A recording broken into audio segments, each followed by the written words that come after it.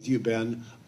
What's the good news about TIFs? You've been a sharp critic, and you've exposed the problems, but I don't think anything is ever black and white. So let me ask you: have TIFs been any good in the city of Chicago, and if so, how and where? It does work. That is a question, Andy, that's put to me very frequently. Oh, I thought it was original. So. Yeah, no, nothing's original anymore. But I've been writing so critically of TIFs in Chicago for so many years that generally, folks, one of the first questions they ask me, well, there's something must be going good. Can't you say something good? It's generally asked more in a more personal way, like, can't you say something good about Mayor Daley? That's usually how it's phrased. And then from there it goes, well, you have to acknowledge that TIFs are good for something. And to which I really don't know. Yes. Okay, two things. One, I'm sure there are some really great projects in the city of Chicago that without the TIF program would have not been built. So even though I'm not wearing a hat right now, let's just imagine I am. My hat is off to those projects. In the abstract, as Rachel outlined, a TIF is a common sense tool for development. You are effectively borrowing tax dollars from today to produce a project that will create more tax dollars in the future that will pay back the money you borrowed and leave you all wealthier. In short, that's the principle behind TIFs. How could anybody, even me, be against something like that? So I am not against TIFs in the abstract. The problem is we don't live in the abstract. We live in the city of Chicago. And the way TIFs work in the city of Chicago is far different from abstract, which must be some suburb up near the Wisconsin border. Well, let me stop you there because you're going to get to what's wrong with it. Because man, Andy, I'm on a roll, and you're going to stop me there. I don't know if I can come back to that, Andy. All right, so I better let you go. Go ahead. I was going to say Tom represents a suburb of abstract. Okay, I'm sure it's a great suburb. Go ahead. Andy, you stopped my flow. I don't know where I am. Oh, now I can see where I was. You're in the suburb of abstract. Okay, let's go back to Chicago. We'll take the Metro from abstract. Now we're back in Chicago. In Chicago, there are two main flaws with the TIF program. There are many flaws, but two main ones that I will address right here. The first has to do with the lack of specificity. So what do I mean by that? I mean, when they create a TIF district, as Rachel said, you collect pools of money which can be used for all sorts of things, development, new schools, etc. In the perfect world of abstract, you would limit the amount of money you create for that TIF to one specific project, which we would all agree as citizens of abstract is something we truly need.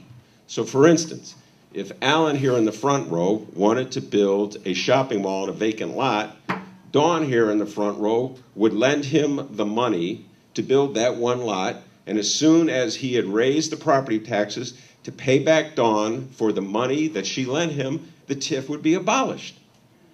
Even I cannot be against something so commonsensical. But in Chicago, what we do is we have open-ended TIFs. So they raised far more money than even Allen, his vacant lot. Hence the notion of a slush fund. More money pours in because there's no specific level on the amount they can spend, which in this city, the mayor is then free to spend virtually as he wants. Now there are, I will say in advance, oversight bodies that are supposedly governing this process. But again, to distinguish from abstract, in the city of Chicago, every single one of those oversight regulatory bodies is completely controlled by the mayor. He appoints them, they follow him, they pretty much do whatever he wants. The second flaw with TIFs, as they are existing in the city of Chicago, is the fact that there is really no neighborhood that's exempt from the TIF program.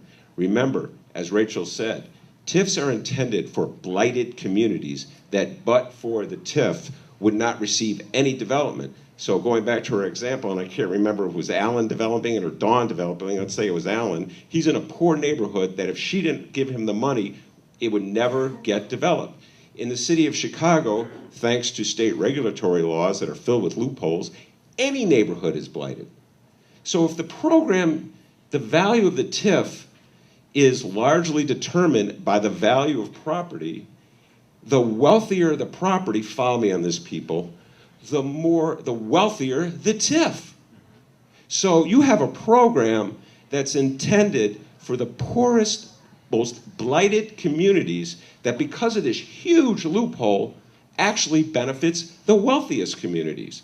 It's no surprise, as I've been writing for years, that the largest TIF slush funds, piggy banks, whatever you want to call them, are in the Loop, the near West Side, and the near South Side, because that's the most valuable land. In contrast, the poorest communities in the city, the communities that are dying for investment, the ones for which TIFs were created, I'm thinking of the Englewoods of the world, the Roselands of the world, the Austins of the world, have the least amount of money. That's false. Wait, let's all. No, that's false, because the central loop creates the most number of jobs in the city and has the mass transit infrastructure from the loop. It's not going to Englewood, it's not going to Austin, it's not going to Bucktown or wherever. So that's false. Well, You're making his point. You're making my point, thank you. I'll repeat what I said. That isn't exactly your point. I'm not looking to get in debate. I'm just saying simply, with respect, your premise is TIFs are bad because it rewards the wealthy. Well, Well, that's all right. Well, you finish up. Go ahead. And you are clearly an authority and expert on this, but with respect to policy, I mean, if the whole program of the TIF is all about return on investment, I would presume that the return on investment is jobs, and that's what we need right now. Okay. Well, let's Not construction jobs, okay. but actual employment. Okay, let's just take that as I wouldn't disagree with that. Let me ask Rachel a question that is something that Ben's writing raises for all of us, and that is, how do places like the Loop qualify as blighted when they seem to be prosperous? The Loop TIF, the Central Loop TIF, was designated in 1984. So again, the Loop looked different, right? So actually, I would modify what Ben's saying slightly to say that the TIFs have been used in the places that had the greatest potential, not just the wealthiest areas, the places that were. What was the South Loop 15 years ago? It was a lot of underused rail yards, a lot of vacant land, and it had the potential to go from 0 to 60 with a little bit of public assistance. Well, that reinforces what his point being that at times in the Loop's history, you might have justified that, and I, as a lifelong Chicagoan, have marveled at what's happened in the South Loop. Would you say that the South Loop development is in part a byproduct of TIFs?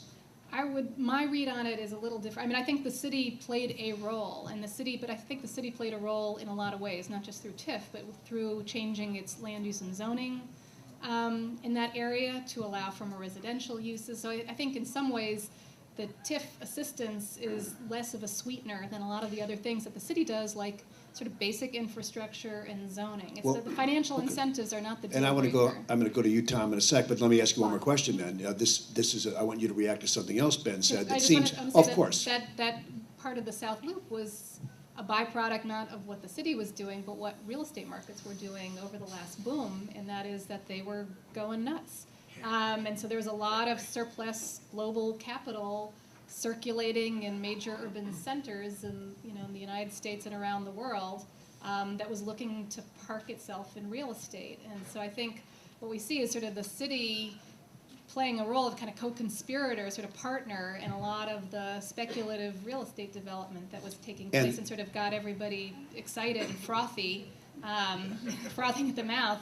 Over the last 10 years, we're seeing the fallout of that since 2007. As an aside, as someone who's traveled around the country covering politics in my old job at ABC, I will say that Daley got a lot of credit over the years for the beautification and development and the creative use of land in Chicago in a lot of places. I'm not suggesting he shouldn't have, but I will say that same sort of thing was going on in every city because of the amount of money that was flowing through, and you had to almost be a moronic mayor not to do good things with that money in the 90s. I'll just say I went in cities that I thought were ghost towns, and they were just booming with these wonderful kind of gaslight downtowns and all this cool stuff.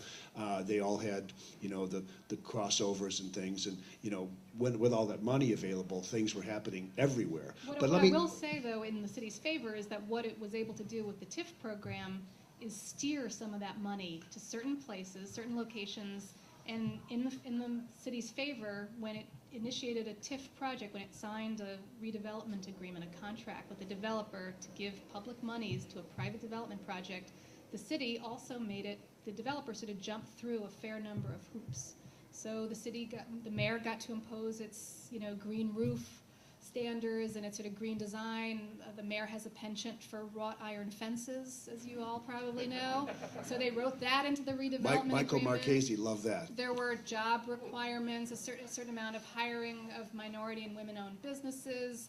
Whether or not there was enforcement of these things is another question, but I think one of the reasons why cities offer these funds is not because the funds are the key to the development actually getting built, but that it offers the municipality a modicum of input and control and guidance over what is eventually built. Well, let me ask you something that an issue Ben raised that I've noticed, and I think it's been one of the real downsides of TIFs, has been this open-endedness. And so let me ask you, as someone who pointed out the fact that there were sections of downtown that might have been in need of this help, would you agree with Ben in saying that when they grew up and became beautiful and prosperous, those TIFs should have gone out of existence, and yet they seem to continue way past the point of need?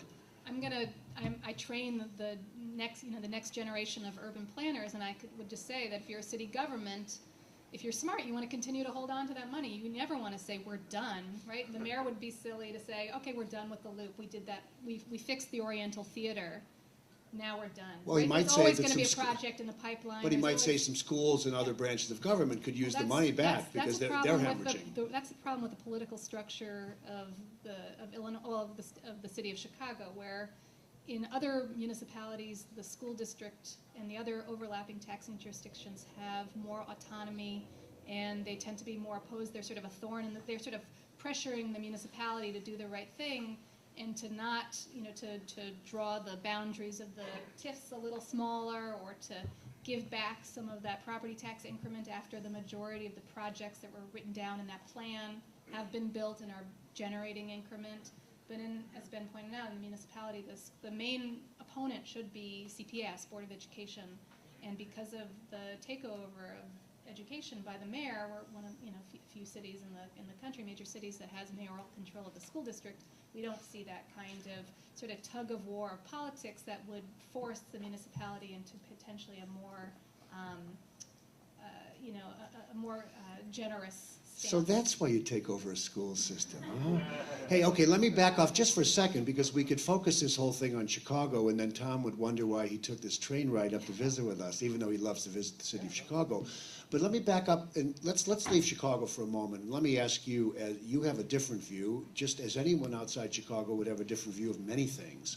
I know it's hard to answer collectively for a whole state, but what's your sense of how TIFs have worked more or less in places other than Chicago, which has been Ben's focus and pretty much all we know?